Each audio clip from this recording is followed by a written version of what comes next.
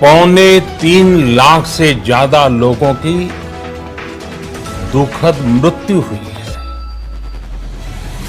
भारत में भी अनेक परिवारों ने अपने स्वजन खोए हैं। मैं सभी के प्रति अपनी संवेदना व्यक्त करता हूं। साथियों, एक वायरस ने दुनिया को तहस नहस कर दिया है। विश्व भर में करोड़ों जिंदगियों संकट का सामना कर रही है। सारी दुनिया जिंदगी बचाने में एक प्रकार से जंग में जुटी है। हमने ऐसा संकट न देखा है, न ही सुना है। निश्चित तौर पर मानव जाति के लिए ये सब कुछ अकल्पनीय है। ये क्राइसिस अभूतपूर्व है, लेकिन थकना, हारना, टूटना, बिखरना मानव को मंजूर नहीं है। सतर्क रहते हुए ऐसी जंग के सभी नियमों का पालन करते हुए अब हमें बचना भी है और आगे बढ़ना भी है। आज जब दुनिया संकट में है, तब हमें अपना संकल्प और मजबूत करना होगा। हमारा संकल्प इस संकट से भी विराट होगा। साथियों, हम पिछली शताब्दी से ही लगातार सुनते आए हैं कि 21वीं सदी हिंदुस्तान की है। हमें कोरोना से पहले की दुनिया को, वैश्विक व्यवस्थाओं को विस्तार से देखने समझने का मौका मिला है। कोरोना संकट के बाद भी दुनिया में जो स्थितियां बन रही हैं, उसे भी हम निरंतर देख रहे हैं। जब हम दोनों कालखंडों को भारत के नजरिए से देखते हैं, तो लगता है कि 21वीं सदी भारत की हो, ये हमारा सपना ही नहीं, ये हम सभी की जिम्मेदारी भी है। लेकिन इसका मार्ग क्या हो? विश्व की आज की स्थिति हमें सिखाती है कि इसका मार्ग एक ही है, आत्मनिर्भर भारत। हमारे यहां शास्त्रों में कहा गया है, एषः पंथः, यानी यही रास्ता है आत्मनिर्भर भारत। साथियों, एक राष्ट्र के रूप में आज हम एक बहुत अहम मोड़ पर खड़े हैं। इतनी बड़ी आपदा भारत के लिए एक संकेत लेकर आई है, एक संदेश लेकर आई है, एक अवसर लेकर आई है।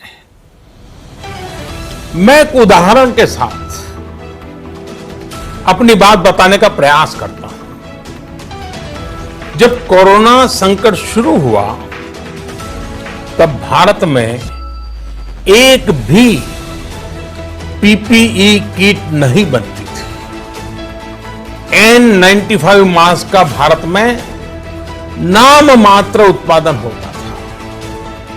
आज स्थिति ये है कि भारत में ही हर रोज 2 लाख पीपीई और 2 लाख N95 मास्क बनाए जा रहे हैं। ये हम इसलिए कर पाए क्योंकि भारत ने आपदा को अवसर में बदल दिया। आपदा को अवसर में बदलने की भारत की ये दृष्टि आत्मनिर्भर भारत के हमारे संकल्प के लिए उतनी ही प्रभावी सिद्ध होने वाली है। साथियों, आत्मनिर्भर भारत की ये भव्य इमारत 5 पिलर्स पर खड़ी होगी। पहला पिलर इकोनॉमी, एक ऐसी इकोनॉमी जो इंक्रीमेंटल चेंज नहीं बल्कि क्वांटम जंप लाए। दूसरा पिलर इंफ्रास्ट्रक्चर, एक ऐसा इंफ्रास्ट्रक्चर जो आधुनिक भारत की पहचान बने। तीसरा पिलर हमारी सिस्टम, एक ऐसा सिस्टम जो बीती शताब्दी की रीति नीति नहीं बल्कि 21वीं सदी के सपनों को साकार करने वाली टेक्नोलॉजी ड्रिवन व्यवस्थाओं पर आधारित हो। चौथा पिलर हमारी डेमोग्राफी, दुनिया की सबसे बड़ी डेमोक्रेसी में हमारी वाइब्रेंट डेमोग्राफी हमारी ताकत है। आत्मनिर्भर भारत के लिए हमारी ऊर्जा का स्रोत है। पांचवा पिलर डिमांड, हमारी अर्थव्यवस्था में डिमांड और सप्लाई चेन का जो चक्र है, जो ताकत है, उसे पूरी क्षमता से इस्तेमाल किए जाने की जरूरत है। देश में डिमांड बढ़ाने के लिए, डिमांड को पूरा करने के लिए हमारी सप्लाई चेन के हर स्टेक होल्डर का सशक्त होना जरूरी है। हमारी सप्लाई चेन, हमारी आपूर्ति की उस व्यवस्था को हम मजबूत करेंगे जिसमें मेरे देश की मिट्टी की महक हो, हमारे मजदूरों के पसीने की खुशबू हो। साथियों, कोरोना संकट का सामना करते हुए नए संकल्प के साथ मैं आज एक विशेष आर्थिक पैकेज की घोषणा कर रहा हूं। यह आर्थिक पैकेज आत्मनिर्भर भारत अभियान, आत्मनिर्भर भारत अभियान की अहम कड़ी के तौर पर काम करेगा। साथियों, हाल में सरकार ने कोरोना संकट से जुड़ी जो आर्थिक घोषणाएं की थी, जो रिजर्व बैंक के फैसले थे और आज जिस आर्थिक पैकेज का ऐलान हो रहा है, उसे जोड़ दें तो ये करीब करीब 20 लाख करोड़ रुपए का है। 20 लाख करोड़ रुपए का है। ये पैकेज भारत की जीडीपी का करीब करीब 10% है। इन सबके जरिए देश के विभिन्न वर्गों को आर्थिक व्यवस्था की कड़ियों को 20 लाख करोड़ रुपए का संबल मिलेगा, सपोर्ट मिलेगा। 20 लाख करोड़ रुपए का एक पैकेज 2020 में देश की विकास यात्रा को 20 लाख 2020 में आत्मनिर्भर भारत अभियान को एक नई गति देगा।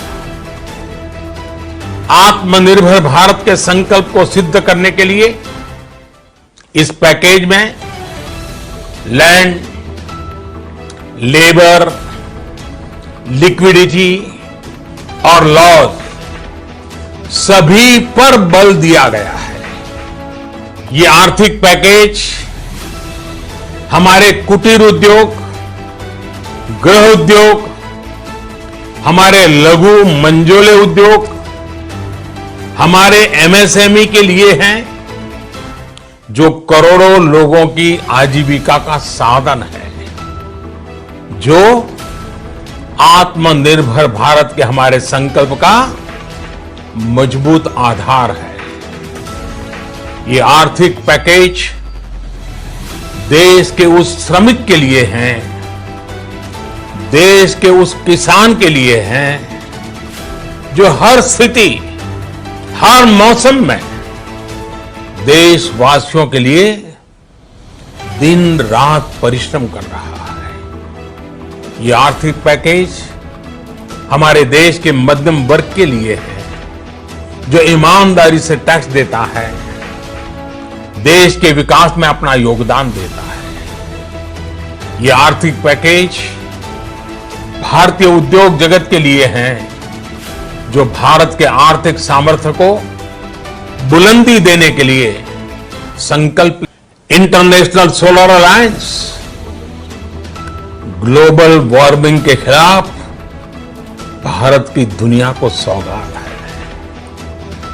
इंटरनेशनल योगा दिवस की पहल मानव जीवन को तनाव से मुक्ति दिलाने के लिए भारत का उपहार है।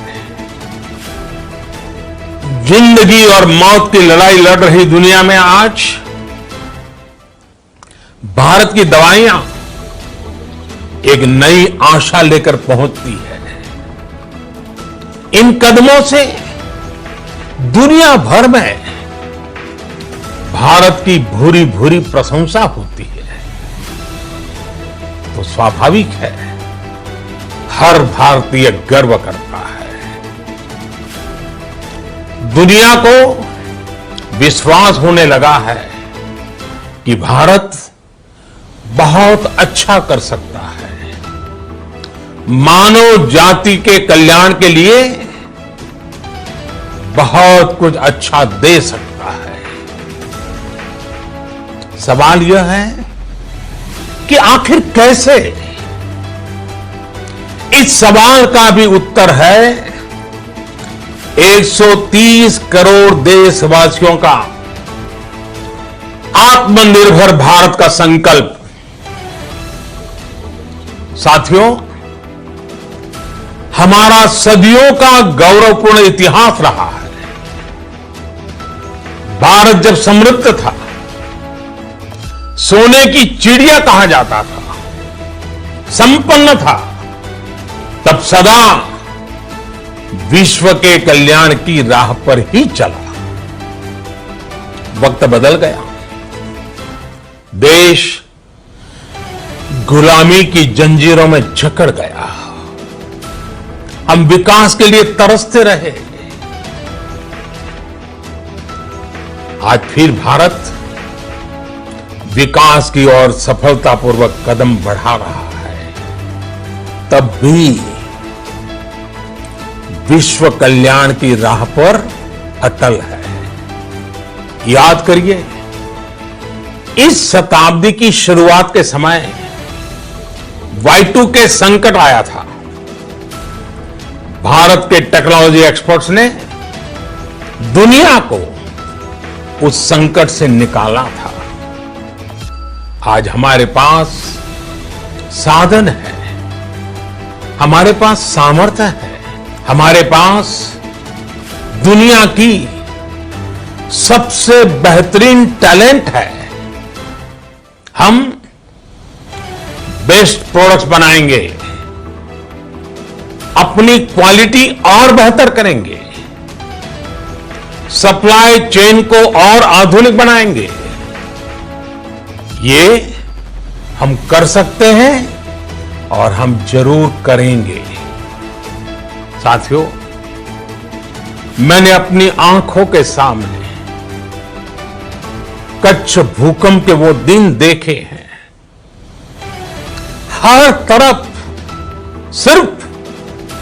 सिर्फ मलबा ही मलबा, सब कुछ ध्वस्त हो गया था।